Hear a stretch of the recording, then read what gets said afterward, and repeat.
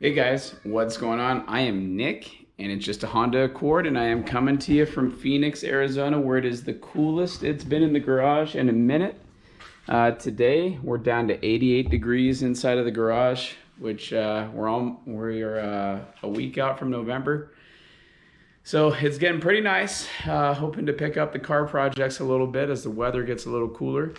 On today's episode, I'm going to be doing a simple maintenance video on how to do an oil change on your Honda Accord 2.0. So without further ado, let's get to it. So this is what I'm going to use to do my oil change.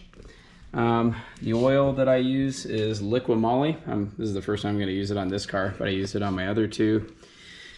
You need a container to drain your oil into. I have it on a roller. You don't really need that, but it helps moving that thing out from under the car a little easier. You can get one of these splash pans at Walmart. I think they're like $7, and it's something for excess oil to spill onto. That's not your garage floor. Then I have a 17 millimeter to pull the drain bolt, a torque wrench to torque that down to spec. You should never use your torque wrench to break a bolt loose. Which is why I'm using the ratchet to break the bolt loose. Then this is the oil filter wrench, and it's actually directly from Honda. It's not cheap, but it makes getting the oil filter off easier. And then to remove the splash guard, I just use a flathead for the flathead bolts, and I actually use an electric impact for the screw bolts because I've stripped out.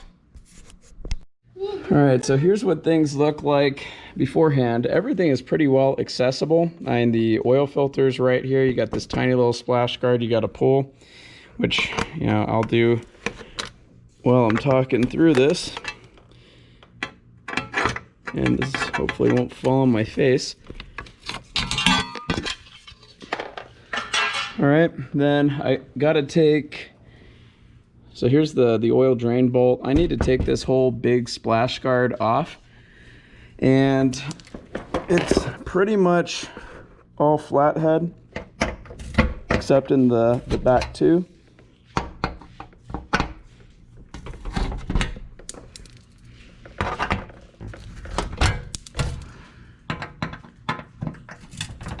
If you have an impact, I recommend using an impact on these rear screws. I've actually used a hand screwdriver and stripped them out once before, so I had to replace the bolts.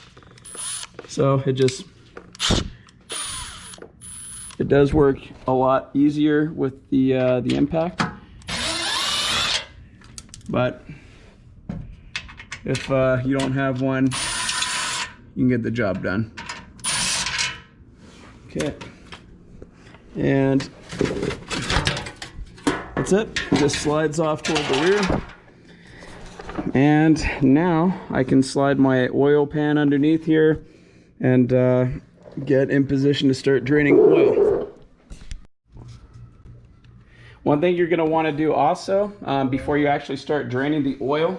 Oh, I know. Can you set that down, bud? It's heavy. Yep. All right. Is you're actually going to want to open this cap. And it is hot because I just got done driving, so I'm going to let this thing cool down. But you just want it ajar. And same deal on the dipstick.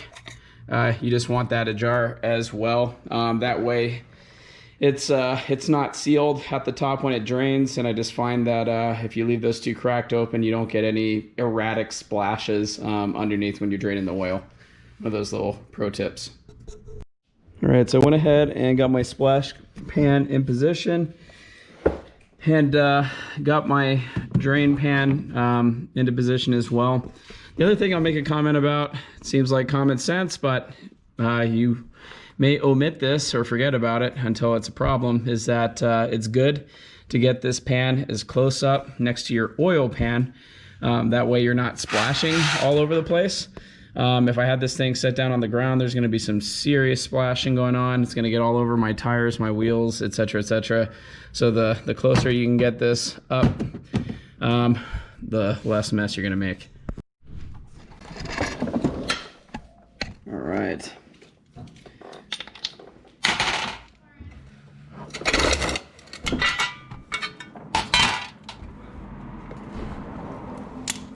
make sure you have a roll of paper towels handy, and it also helps when you have your ratchet on break free setting. There we go. And now it's broken free. Hoping it would come right out, but it needs a little bit more coercion. There we go.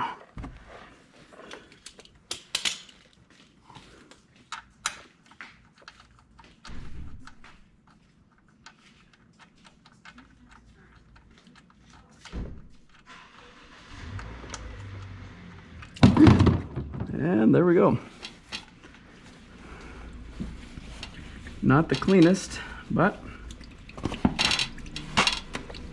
that'll do.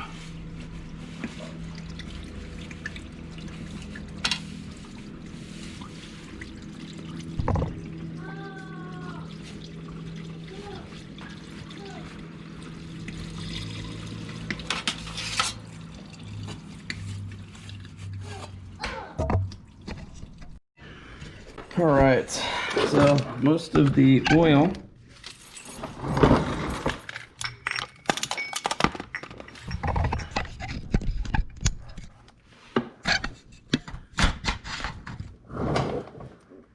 has come out, and now I'm gonna go ahead and pull the oil filter the oil filter wrench to put on the oil filter and get that guy out of there.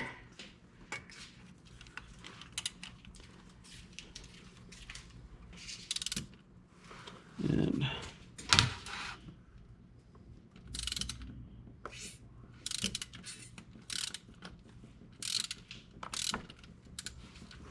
okay.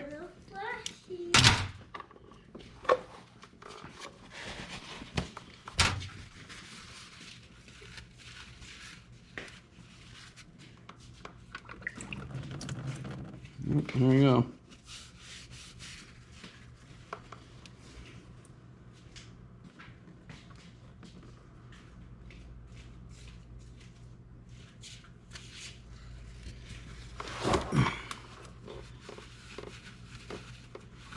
Should put a glove on.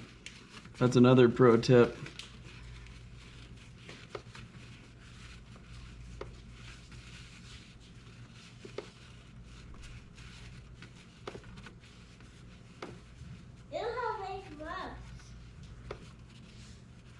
Not in here.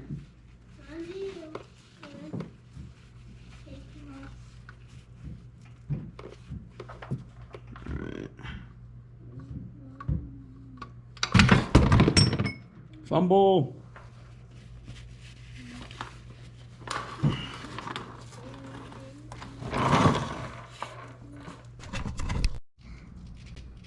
So the filter is kind of at an angle when you put it in. I'm going to pre-fill it just probably about halfway, and then don't forget to smear oil around this rubber seal here just to get a good seal when you tighten it down.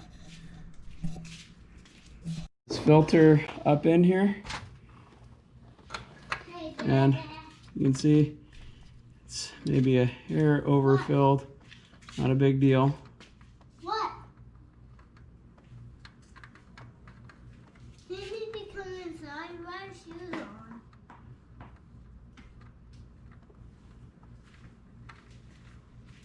I do need to. Forget to put on your new Crushable washer on your oil drain bolt before you reinstall it. This one's not a magnetic drain bolt. I'm gonna screw it back on by hand. As for the oil filter, it's 18 foot-pounds.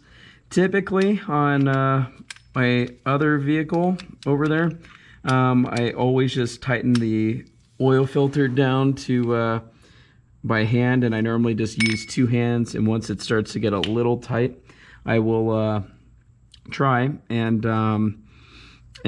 get it to turn 3/4 of a turn from that point using 2 hands, and I've never had a problem.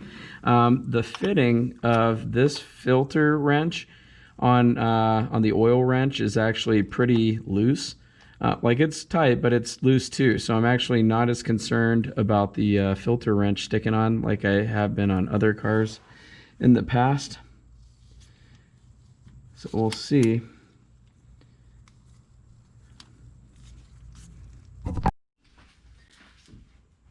So as far as the great oil debate goes, not really interested in doing that, but I will tell you what oil I use. I get asked that quite a bit, and I just use LiquiMoly 0W20 oil, and I've had a really good experience with it over the years, running it in boosted cars and not getting oil consumption. So that's pretty much the extent of why I use it. It's not particularly expensive, and I think my favorite piece about it is actually that this little funnel is built into the cap. So when you initially remove the cap, you pull on it and it pulls this little funnel out.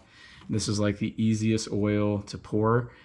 It's so easy. You probably don't even need a funnel. However, I've obviously had many spills over the years, and now I have this monster funnel that makes it pretty much idiot proof to prevent from having a spill. So make sure that everything's torqued down underneath. You got your paper towels handy, and also that your dipstick is cracked out, and that just helps it from having these crazy bubbles that come up. And then the LiquiMoly comes in a 5-liter bottle, which is like 5 1/4 quarts conversion. The 2.0 holds, I believe it's 4.6 quarts.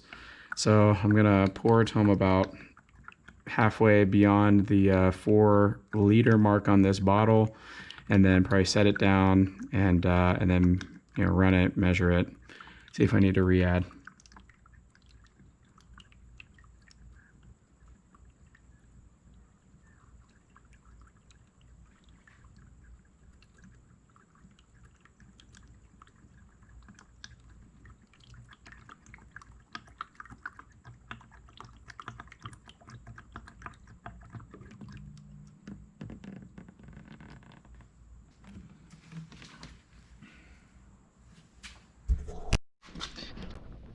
The last thing before you go ahead and put your splash guards back on is you're just going to want to start your car and run it for a couple minutes and just look for leaks. And chances are you torqued everything down. There's not much that can go wrong, but never hurts while you have it all jacked up and ready to roll to double check your work. All right, the last thing I need to do is just reset my maintenance minder. So, you click home. If you're not familiar with that, you go down to maintenance with the wheel, you click in on it, and you click in to hit the reset, and it's going to tell you what service you're due for. I'm technically due for a B1 reset, and B1 is change your engine oil and filter, and it's also have your front and rear brake pads inspected, your Honda parking brake adjustment inspected, and also other fluids. So I did check out my fluids. I'm not going to be adjusting my parking brake. It's fine. And my front and rear brakes also are in good shape. So anyways, I'm good, and I'm going to reset this and go up to all due items and reset complete. And now oil life shows 100%, and that's it. So that is going to wrap it up for today's video. If you are not already a subscriber, please hit that subscribe button. And if you got some value out of this video, go ahead and give me a thumbs up.